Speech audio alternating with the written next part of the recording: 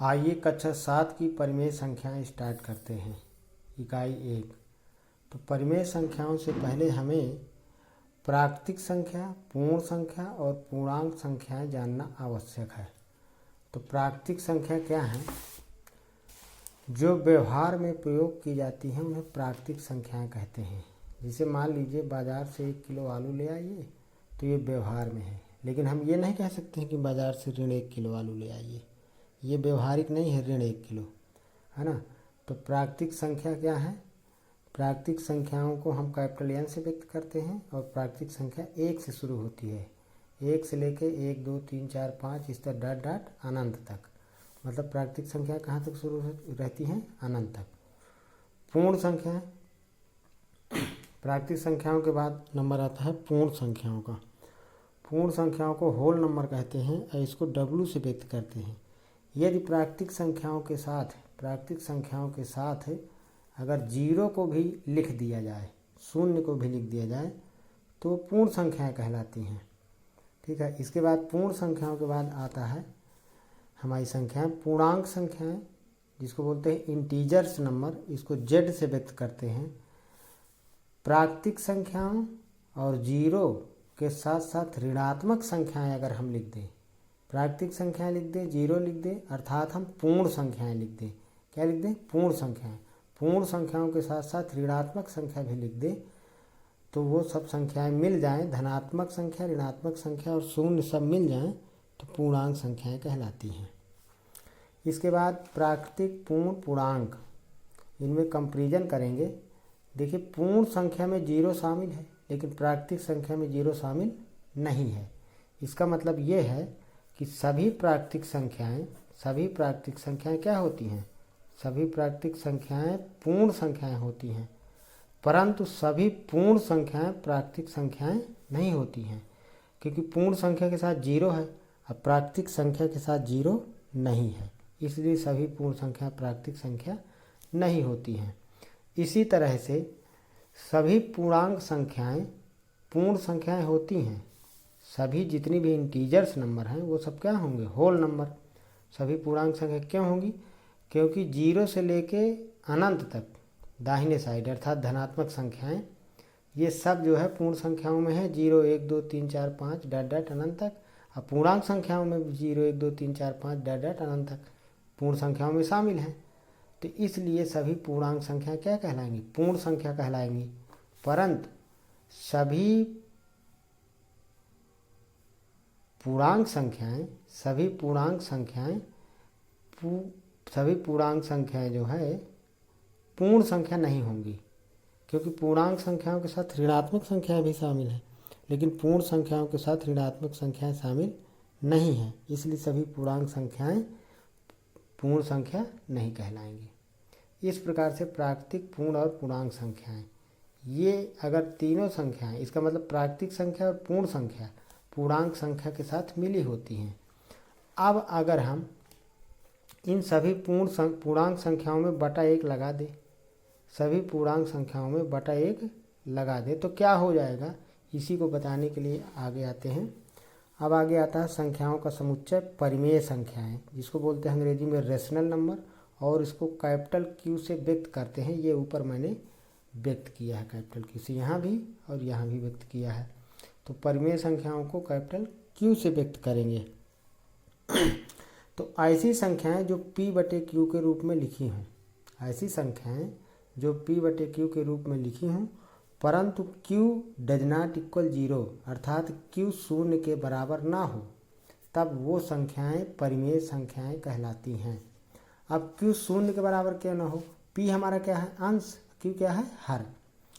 Q शून्य के बराबर क्यों ना हो? क्योंकि अगर हर में शून्य हो जाता है तो उसका भागफल होता है अनंत। जैसे मान लीजिए कि 2/0, अंश में 2 है, हर में 0 है, अर्थात P की जगह क्या है? 2, और Q की जगह क्या है? शून्य हो गया। तो अगर 2/0 लिखेंगे तो इसका भागफल क्या आएगा? अनंत। क्या आएगा? अनंत। और अनंत कोई संख्या नहीं है, अनंत कोई संख्या नहीं है, इसलिए हर में 0 नहीं होना चाहिए। लेकिन अगर हम इसका उल्टा कर दें, 2/0 ना लिख के 0/2 लिख दें, इसका मतलब अगर अंश में 0 हो, हर में कोई संख्या हो, तो उसका भागफल 0 ही आता है। और 0 एक क्या है? 0 एक परिमेय संख्या है। क्यों परिमेय संख्या है?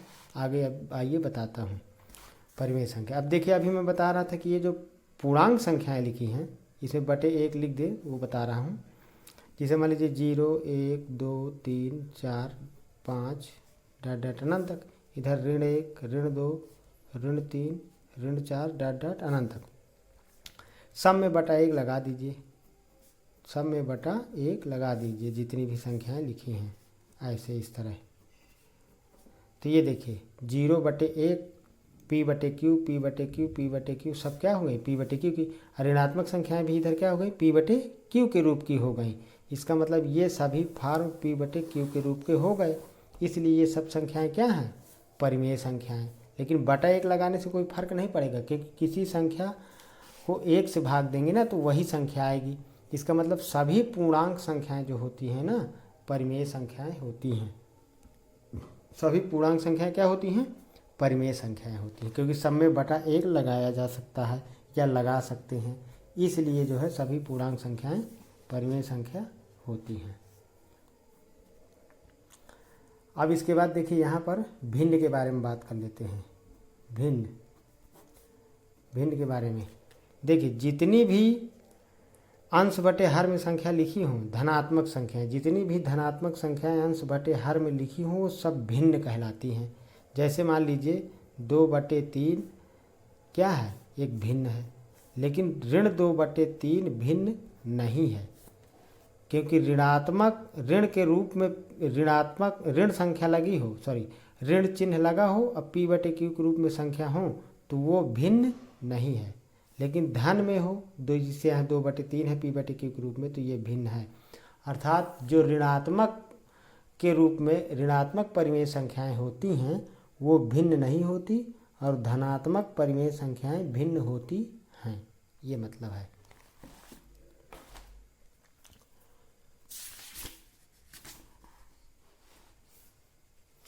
अब आगे जो है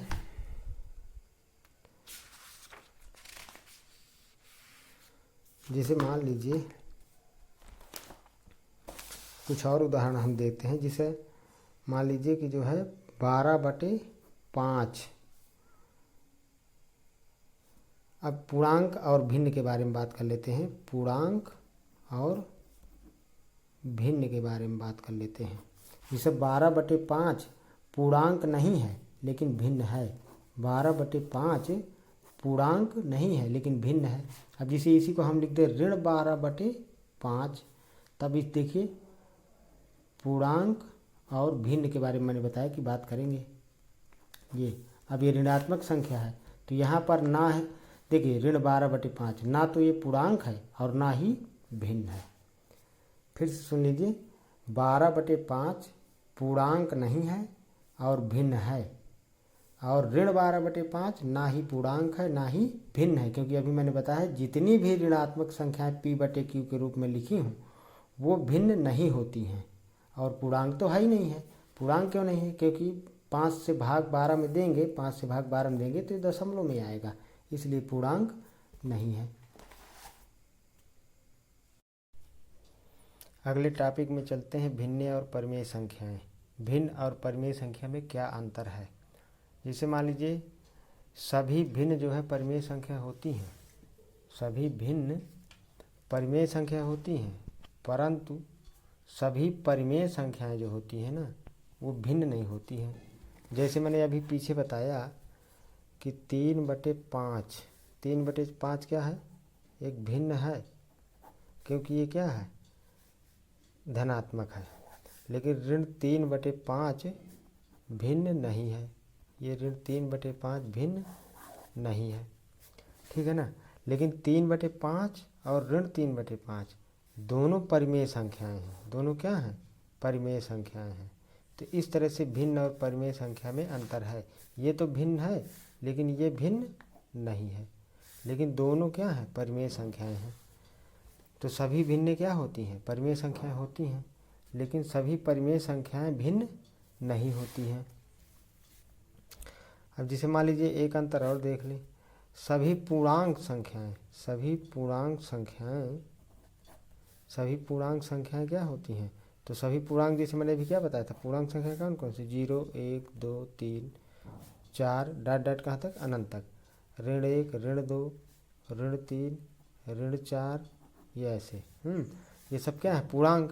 तो सभी पूर्णांक क्या होती हैं, सभी पूर्णांक परिमेय संख्या हो जाएंगी।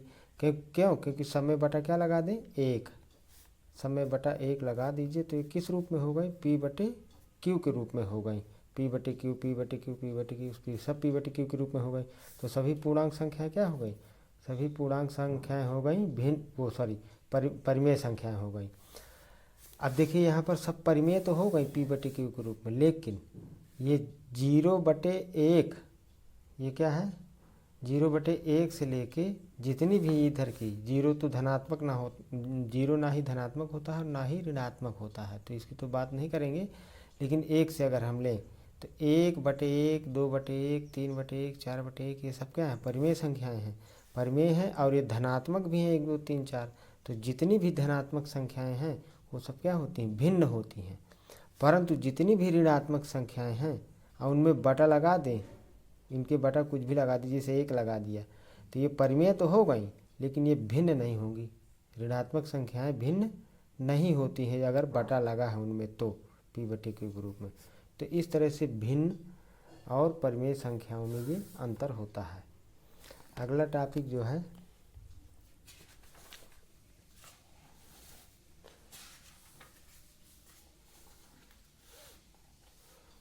और मैंने पूर्णांक और परिमेय संख्याओं के बारे में भी बता दिया। पूर्णांक और परिमेय संख्या अभी बताया कि पूर्णांक और परिमेय संख्या में क्या अंतर होता है, ये मैंने अभी बता दिया। अब परिमेय संख्याओं के प्रगुण बताएंगे। परिमेय संख्याओं के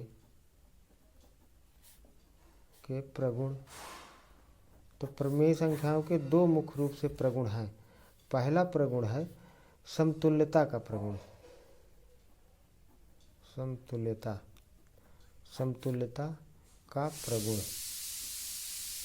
समतुल्यता का मतलब उसी के जैसे भिन्न, उसी के जैसे कोई भिन्न है, मान लीजिए 1/, तो पहला प्रगुण मैं बता रहा हूँ समतुल्यता का। जैसे एक उदाहरण लेते हैं, जैसे मान लीजिए इसको ऐसे कर दें, जिसे मान लीजिए 1/2। अब 1/2 के हम कौन कौन सी भिन्न समतुल्य लिख सकते हैं, तो हम क्या करेंगे, 1/2 में जो है हम क्रम से गुणा करते चले जाएं। जैसे 2 का करें 2 3 4 5, इस तरह डॉट डॉट अनंत तक कर सकते हैं हम। मतलब 1/2 के हम अनंत समतुल्य भिन्न निकाल सकते हैं। तो 2 का गुणा हम पहले कर रहे हैं 1/2 में, तो 1/2 गुणे, अच्छा गुणा करेंगे तो अंश हर में दोनों में करेंगे 2/2, तो अंश का अंश में हर का हर में गुणा करें तो 2 और 2 दूनी 4, तो 1/2 के पहली समतुल्य भिन्न क्या हो गई, 2/4।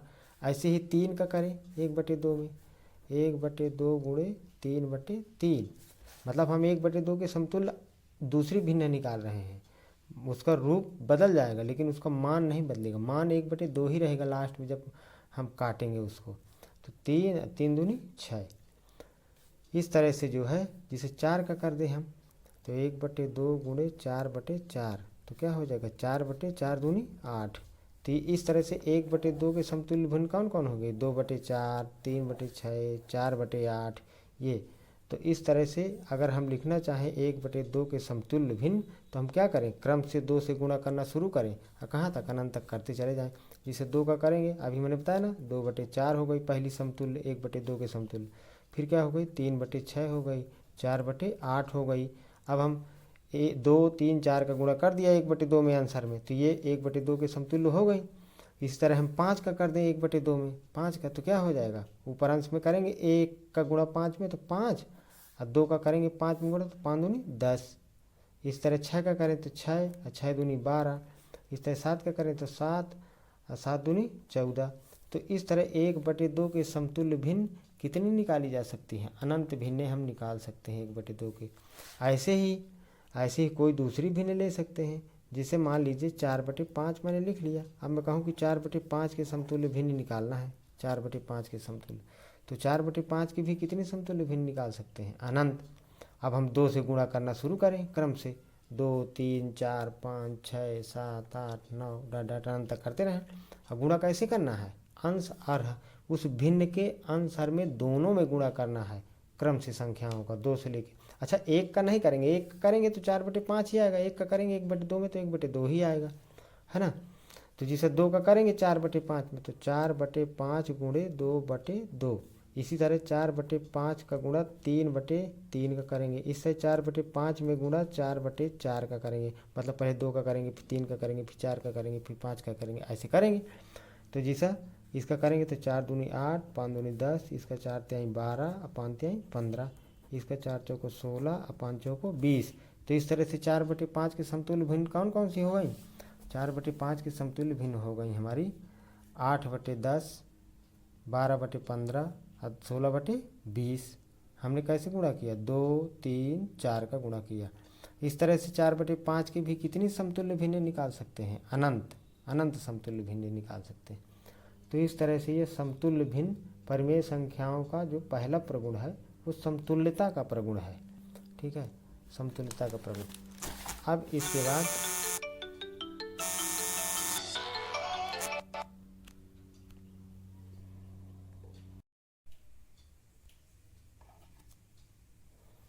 अब हम पहला प्रगुण बता चुके हैं, अभी पिछला प्रगुण क्या बताए हैं, परिमेय समतुल्यता का प्रगुण, परिमेय संख्याओं का समतुल्यता का प्रगुण। अब दूसरा प्रगुण है परिमेय संख्याओं का सरलतम रूप का प्रगुण, या इसी को मानक रूप बोलते हैं, स्टैंडर्ड फॉर्म। परिमेय संख्याओं का दूसरा प्रगुण है सरलतम रूप, मतलब किसी परिमेय संख्या को सरलतम रूप में व्यक्त करना। तो जैसे मान लीजिए पहला यहाँ पर एग्जाम्पल मैंने लिखा है 8/12, तो 8/12 का सरलतम रूप क्या होगा, दोनों संख्याओं को अंश और हर वाली दोनों प्राकृतिक संख्याओं को जो है क्या करना है हमें, यहाँ पे प्राकृतिक है लिखी, ऋणात्मक भी हो सकती हैं, दोनों को जो है एक ही संख्या से हमें काटना है। तो जैसे 8 को काटेंगे 4 दूनी 8 और 4 तिहाई 12, तो इस तरह से 2/3 8/12 का सरलतम रूप हो गया। 8/12 का सरलतम रूप क्या हो गया, 2/3। इसी 2/3 को जो है मानक रूप कहते हैं। अब जैसे मान लीजिए इस तरह काटना नहीं आ रहा है समझ में, तो क्या करेंगे, एक सरल रूप बताता हूँ। जैसे 8/12 को हमें सरलतम रूप में व्यक्त करना है, तो 8 और 12 का हम ले लेंगे जो है, क्या ले लेंगे, HCF। 8 के हम गुणनखंड पर कर लें, 2 गुणे 2 गुणे 2, 2 दूनी 4 दूनी 8। अब 12 के कर लें, हालांकि ये काटना आ जाएगा सबको, लेकिन एक दूसरा रूप है बता दे रहा हूँ। 12 के भी गुणनखंड कर लें, 2 गुणे 2 गुणे 3, 2 दूनी 4, 4 तिहाई 12।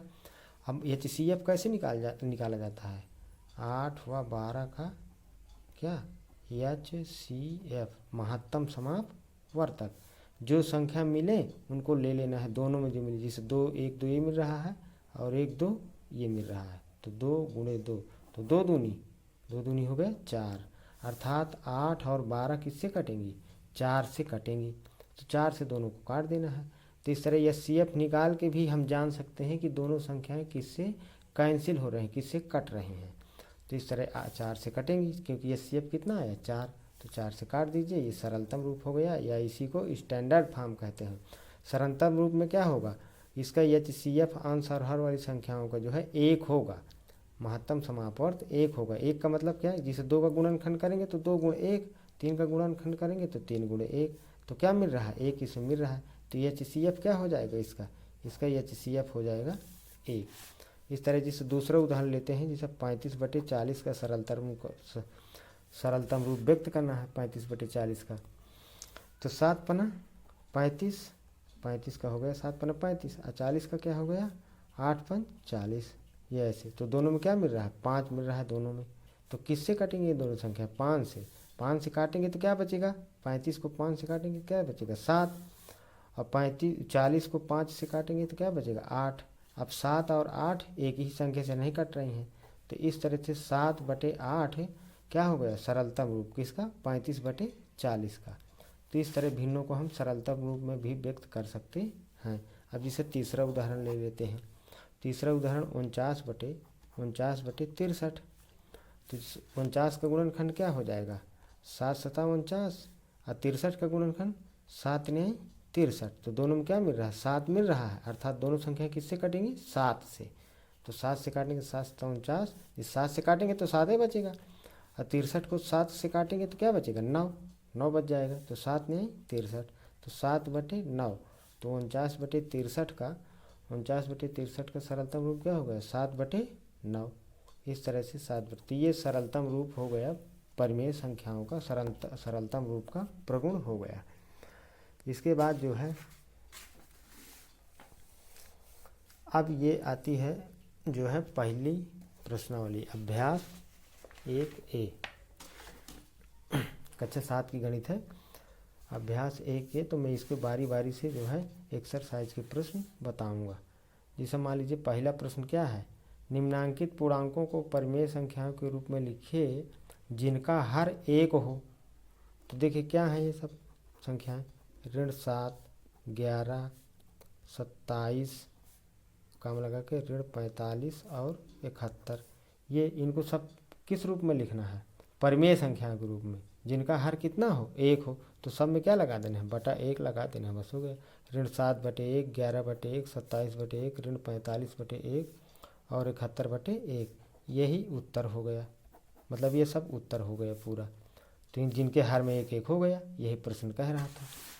अब जैसे मान लीजिए दूसरा वाला प्रश्न, ऋण 4/5 को ऐसी परिमेय संख्या, देखिए ऋण 4/5 को ऐसी परिमेय संख्या के रूप में व्यक्त कीजिए जिसका अंश है। तो ऋण 4/5 को हमें परिमेय संख्या में व्यक्त करना है, लेकिन क्या अंश होना चाहिए, जिसका नंबर है पहला नंबर, जिसका अंश 8 हो, जिसका अंश कितना हो 8 हो। तो अभी अंश कितना है 4 है, ऋण 4 सॉरी, तो ऋण 4 है, तो ऋण 4/5, तो ऋण 4 में हम कितने का गुणा कर दें कि ये 8 बन जाए। भाई वो कह रहा है 8 ना, तो 8 बन जाए, तो कितने का गुणा कर दें तो ये 8 बन जाए।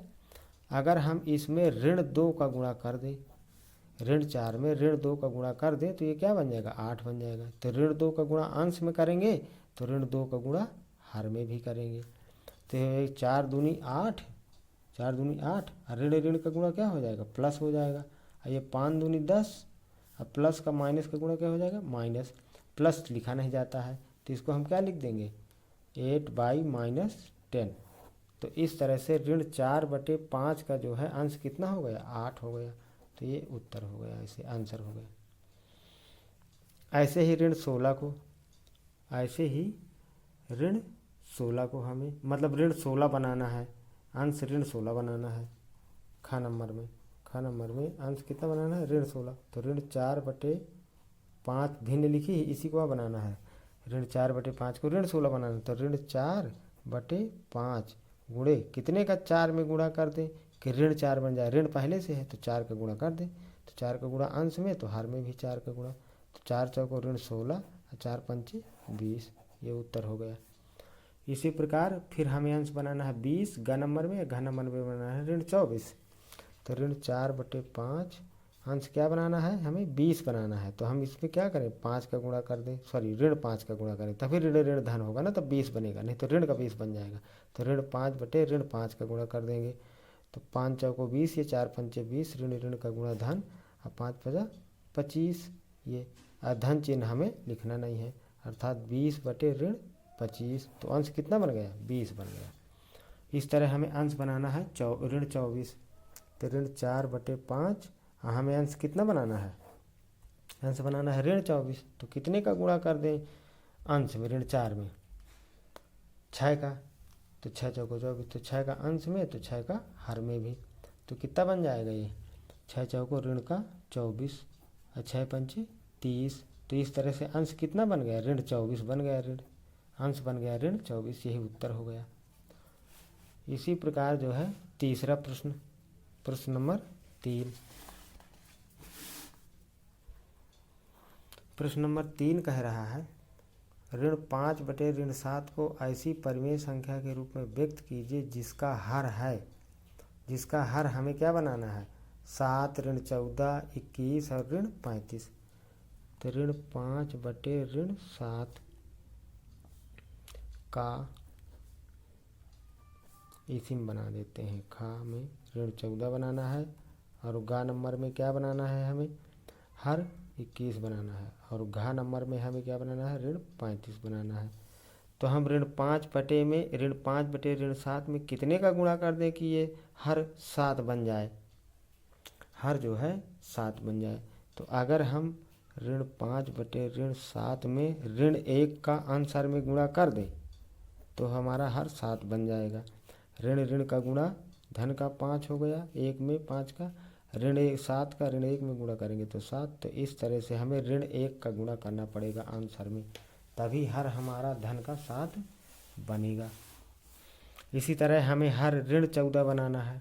तो ऋण 5 बटे ऋण 7, हर हमें कितना बनाना है, ऋण 14। ऋण पहले से लगा है 7 में, तो हम क्या करेंगे, 2 का गुणा आंसर में कर देंगे। तो ऋण 5 दूनी 10 और ऋण 7 दूनी 14। तो ये हर बन गया ऋण का 14, पूरी भिन्न बन गई ऋण 10 बटे ऋण 14।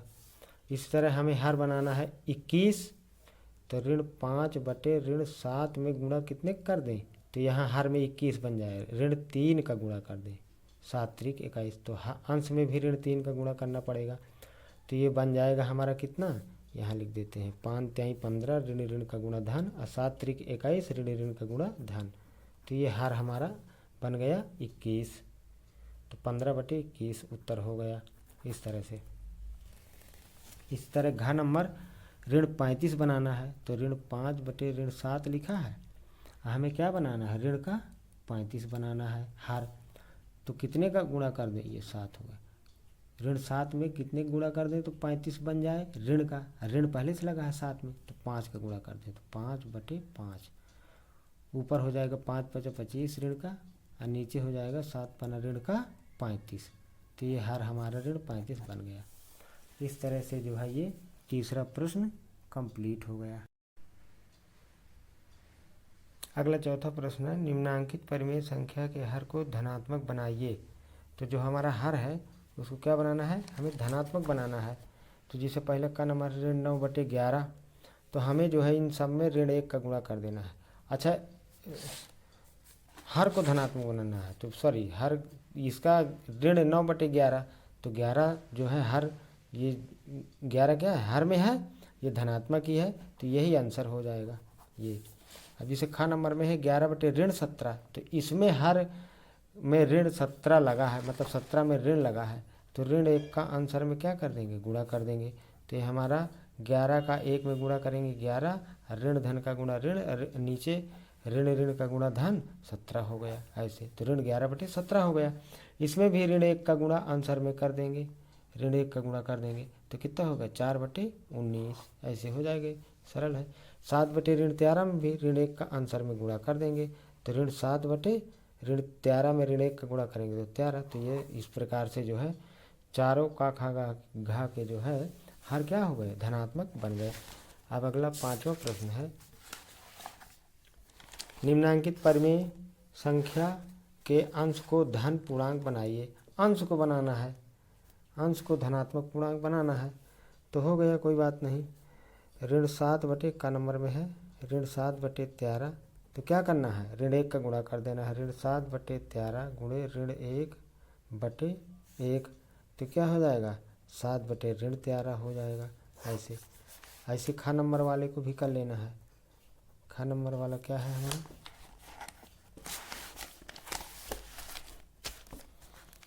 ख नंबर का है ऋण 11 बटे ऋण 19, ऋण 11 बटे ऋण 19 हमें अंश को बनाना है धनात्मक। तो अच्छा, हम दोनों तरफ से अगर दोनों में आंसर में ऋण लगा हो तो ऋण को काट दीजिए, 11 बटे 19 ये धन का बन गया। अगर आंसर में दोनों में ऋण लगा है तो हम ऋण से ऋण को काट भी देंगे, ये भी नियम होता है। तीसरा है ग नंबर ऋण 18 बटे 23, तो ऋण 18 बटे 23 को अंश को धन बनाना है, तो आंसर में ऋण 1 का गुणा कर देंगे। ऋण 18 बटे 23 गुणे ऋण 1 बटे ऋण 1, तो ऋण 18 का ऋण 1 में गुणा करेंगे तो 18, 23 में ऋण 1 का गुणा करेंगे तो ऋण 23, तो अंश हमारा धन का बन गया, तो 18 बटे ऋण 23 हो गया। ऐसे घ नंबर ऋण 19 बटे ऋण 23 है, तो ऋण 19 बटे ऋण 23, तो ऋण को ऋण से काट दीजिए, 19 बटे 23 हो गया ये, तो हमारा अंश धन का हो गया इस तरह से। अगला 6वां प्रश्न है, निम्नलिखित परिमेय संख्याओं को सरलतम रूप में लिखिए। सरलतम रूप में लिखिए। तो ये हमारा जो है पहला प्रगुण आ गया, परिमेय संख्याओं का सरलतम रूप में व्यक्त करना। पहला, हाँ अभी 2 पीछे प्रगुण बताया था ना मैंने, 2 पीछे प्रगुण बताया था। कौन कौन से प्रगुण बताया था? पहले समतुल्य प्रगुण और दूसरा बताया था सरलतम रूप का प्रगुण। तो सरलतम रूप में व्यक्त करना है दूसरे प्रगुण में। तो इसको जो है इसको हम ये प्रश्न पढ़ लीजिए। प्रश्न 6वां, निम्नलिखित परिमेय संख्याओं को सरलतम रूप में व्यक्त करना है। तो पहला का नंबर है, ये प्रश्न नंबर कौन सा है? 6वां। प्रश्न 6वें का नंबर है ऋण 9/21। तो 9 और 21 जिस संख्या से एक ही संख्या से काटना है अगर कटे तो 3 त्रिकाई 9 और 3 सत्ते 21, तो ये हो गया ऋण 3/7। ये उत्तर हो गया। ऐसे ख नंबर हमारा है ऋण 18/27। ऋण 18/27 किससे कटेंगे? दोनों संख्याएं, या दोनों का मासा ले लीजिए। तो मासा जो आएगा उसी संख्या से दोनों अंश की संख्याएं कटेंगी। नहीं काटना आ रहा काटना तो सीधे काटिए। तो किससे कटेगा? 9 से और 9 से। हालांकि 3 से भी कट रहे हैं तो 3 से 2 बार काटना पड़ेगा। तो 9 से सीधे काटिए। 9 दूनी 18 और 9 तिया 27। ऋण को ऋण से भी हम काट सकते हैं। तो कितना हो गया? 2/3 भी आंसर आ सकता है अगर काट दे। अगर नहीं काटना है तो ऋण 2/3 आंसर यही आएगा। तो ये सरलतम रूप, वैसे ऋण से ऋण को काट देंगे तो 2/3 ये सरलतम रूप हो गया, हमारा उत्तर हो गया। इस तरह ग नंबर 21/36। 21/36। हाँ यही है 21/36। 21/-36। तो 3 से कटेगा ये 21 और 3 से 36 कटेगा। हालांकि 21 7 से भी कटेगा लेकिन 36 7 से नहीं कट रहा है तो 3 से काटेंगे। 3 सत्ते 21 और 3 बढ़ाएंगे हम 36, अर्थात 7/-12। ये सरलतम रूप हो गया। हालांकि 12 कटेगा, 2 से भी कटेगा, 3 से कटेगा, 4 से कटेगा, लेकिन 7 नहीं कट रहा है 2 3 4 से। 7 स्वयं से कटेगा या तो 1 से कटेगा। तो इस तरह से एक ही संख्या से दोनों अब नहीं कट रही हैं, तो यही सरलतम रूप है, यही उत्तर है। अगला घ नंबर का है ऋण 36/64। ऋण 36/64। ऋण 36/64। तो इसका क्या हो जाएगा? काटिए जिन संख्याओं से, मतलब जिस एक ही संख्या से दोनों आंसर कट रहे हों। तो किससे? जैसे 4 से कटेगा, 4 न्याय 36 और 4 16 64। हाँ ठीक है, 4 से ही काटेंगे। अगर नहीं काटना आ रहा तो दोनों का ले लीजिए गुणनखंड करके मासा महत्तम समापवर्तक, फिर उस महत्तम समापवर्तक से ही दोनों को काट दीजिए तो पता चल जाएगा मतलब किससे कट रही हैं। तो यहाँ तो मुझे पता है तो मैं काटे दे रहा हूँ। तो 4 न्याय 36 ऐसे काटोगे तो सीख जाओगे धीरे धीरे। 4 से काटेंगे तो 4 न्याय 36, इसको 4 से काटोगे तो 4 1 के 4 और 4 6 24, अर्थात 4 16 64 या 16 चौको 64। तो 4 से काटेंगे तो 16 आएगा। तो ऋण का 9/16। तो ये हो गया आंसर इसका। अब अगला 7वां प्रश्न। अगला 7वां प्रश्न है, अपनी अभ्यास पुस्तिका में लिखकर रिक्त स्थान की पूर्ति कीजिए। लिखकर रिक्त स्थान की पूर्ति करना है। तो 7वां प्रश्न देख लेते हैं, जिसे का नंबर है हमारा ऋण 3/4 बराबर कोष्टक है ऋण 20 बराबर बॉक्स या डिब्बा बटे 28। हमें ये बताना है कि इसको कैसे बराबर कर। तो ऋण 3/4, तो नीचे क्या लिखा है? ऋण 20 लिखा है ना। इसका मतलब जो है, मतलब इसके समतुल्य यहाँ लिखना है भिन्न हमें। तो हम 4 में कितने का गुणा करें तो 20 आ जाए? 5 का, 4 पंचे 20। तो 3 का भी 5, मतलब 4 में 5 का गुणा किया गया है तभी 20 आया है। हालांकि ये 3 वाला ऋण नीचे रख देंगे, ऊपर नीचे ऋण को कर सकते हैं, कोई दिक्कत नहीं। तो हमने 4 में 5 का गुणा किया होगा तभी 20 आया होगा। इसका मतलब 3 में भी 5 का गुणा करेंगे तो 3 पचे 15। तो 15/-20 ये ऋण नीचे रख सकते हैं। इसी तरह 4 का गुणा, 4 में गुणा कितने का करेंगे तो 28 आ जाएगा। 4 सत्ते 28, 7 का गुणा किए होंगे 4 में तभी 28 आया होगा। तो ऋण 3 में भी 7 का गुणा करना पड़ेगा, ठीक है ना। तो 7 त्रिक 21, आइए यहाँ ऋण आ जाएगा, तो ऋण 21/28 ये हो गया। ऐसे ही खा नंबर ऋण 5/8 बराबर बॉक्स/24 बराबर 25/बॉक्स, मतलब इन बॉक्सों को भरना है हमें। प्रश्न ये था खा नंबर का, है ना। तो ऐसे देखें ऋण 5/8, 8 में कितने का गुणा करें तो 24 आ जाए, 8 त्रिक 24, तो 5 में भी 3 का कर दीजिए, 3 बचे 15, तो ऋण 15/24 इसके समतुल्य है, ऋण लगा रहना चाहिए, ठीक है।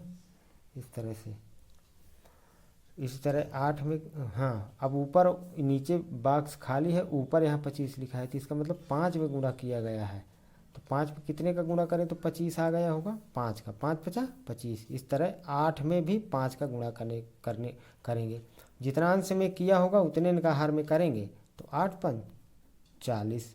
लेकिन यहाँ देखो ऋण लगा है और यहाँ ऋण नहीं लगा है, इसका मतलब जो है हमें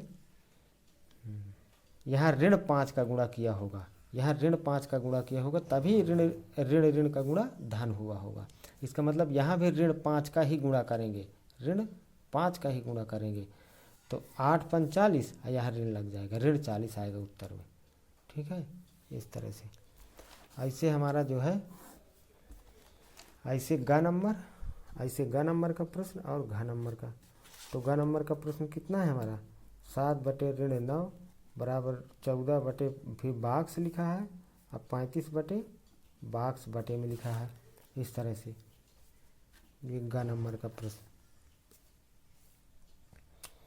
तो 7 में कितने का गुणा करे होंगे कि ऋण 14 हो गया होगा, ऋण 2 का, तो ऋण 2 का यहाँ किए हैं तो यहाँ भी ऋण 2 का करिए, तो 9 दूनी 18, ये हो गया ऋण का 18, बॉक्स में भर देंगे ऐसे। 7 में कितने का गुणा करें 35 आ जाए 5 का, तो 9 में भी 5 का गुणा करेंगे, 9 पना 45, 9 पना 45, यहाँ ऋण लगा है ना, तो यहाँ ऋण हो जाएगा। और यहाँ हालांकि ऋण नहीं था, तो ये ऋण हम 9 वाला, अच्छा 9 वाला ऋण ऊपर रख दीजिए या तो दोनों को काट दीजिए ऐसे, ऋण का गुणा, हाँ ऋण का सही है, यहाँ ऋण था तो ऋण का गुणा करेंगे, तो यहाँ भी ऋण का गुणा करेंगे, तो ऋण ऋण क्या हो जाएगा, यहाँ धन हो जाएगा, तो ऋण ऋण कट जाएगा, तो 14/18 हो जाएगा।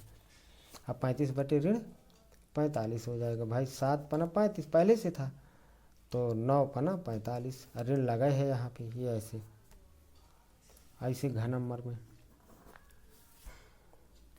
ऋण 8/बॉक्स है बराबर 4/15 है, और बॉक्स बटे कितना है ऋण 60 है, इस तरह से यहाँ पे। तो देखो जो तीनों में से दोनों आंसर में इसमें लिखा है, तो इसमें से तुलना करेंगे इसमें और इसमें, तो नीचे क्या है 15 और यहाँ नीचे 15 है, यहाँ 4 है, तो 4 में कितने का गुणा करें कि ऋण 8 आ जाए, ऋण 2 का, तो ऋण 2 का यहाँ करेंगे तभी ऋण 8 आया होगा, तो यहाँ भी ऋण 2 का करेंगे, तो 15 दूनी ऋण का 30, ऐसे बॉक्स में भरेंगे, ये हो गया। अच्छा ऋण से ऋण को यहाँ काट सकते हैं, तो 8/30 हो जाएगा। इस तरह इसका यहाँ से तुलना करिए, तो 15 में कितने का गुणा किए होंगे तो ऋण का 60 आया होगा, ऋण 4 का, 15 चौको 60 और ऋण, तो ऋण 4 का यहाँ गुणा करें, तो यहाँ भी ऋण 4 का गुणा करेंगे, तो ऋण 4 चौको 16, ऋण का हो गया 16, तो ऋण 16 बटे ऋण 60, ऋण ऋण काट दीजिए, मतलब ऋण 16 यहाँ भरना पड़ेगा, यहाँ ऋण 30 भरना पड़ेगा। ये इस तरह से हमारा 7वां प्रश्न हो गया। इसके बाद अंतिम प्रश्न है इस अभ्यास का 8वां, प्रत्येक के समतुल्य 3 और परिमेय संख्याएं लिखिए। प्रत्येक के समतुल्य 3 और परिमेय संख्या लिखना है, तो 8वें का नंबर देख लेते हैं पहले, 2/5, तो इसके समतुल्य 3 परिमेय संख्या लिखना है, तो 2/5, 2 का 3 का 4 का लगातार गुणा कर देंगे, 2/2, 2/2, तो कितना हो जाएगा 4, 2 दूनी 4, 3 दूनी 6, तो 4/6 पहले समतुल्य हो गई। दूसरी समतुल्य 2/5 यहाँ लिख देते हैं, 2/5 में 3 का गुणा कर दीजिए, तो कितना हो जाएगा 3 दूनी 6 और 3 5 15, फिर 4 का गुणा कर दीजिए, 2/5 गुणे 4/4, तो कितना हो गया 4 दूनी 8 और 5 चौको 20। तो इस तरह से 2/5 के 3 समतुल्य भिन्न हो गई, 2/5 के 3, पहली समतुल्य भिन्न क्या है 4/6, दूसरी हो गई 6/15, तीसरी हो गई 8/20। इस तरह से 3 समतुल्य भिन्न। ऐसे ख नंबर में 7/11 के 3 समतुल्य भिन्न लिखना है, तो 7/11 का गुणा 2/2 से करिए तो ये पहली समतुल्य आएगी, तो 7 दूनी 14, 11 दूनी -22 पहली समतुल्य हो गई। इसी तरह से 7/11 में फिर 3/3 का गुणा कर दीजिए, तो 7 त्रिक 21, 11 तिया 33 दूसरी समतुल्य भिन्न हो गई। 7/11 के दूसरी समतुल्य भिन्न हो गई।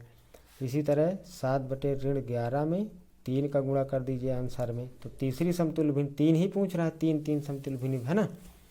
तो 7 त्रिक नहीं, हमने 2 का कर दिया, 3 का कर दिया, सॉरी, अब 4 का करना है, 4 का करना है। 7/4 7/11 गुणे 4/4, 7 चौको 28 और बटे 11 चौको ऋण का 44।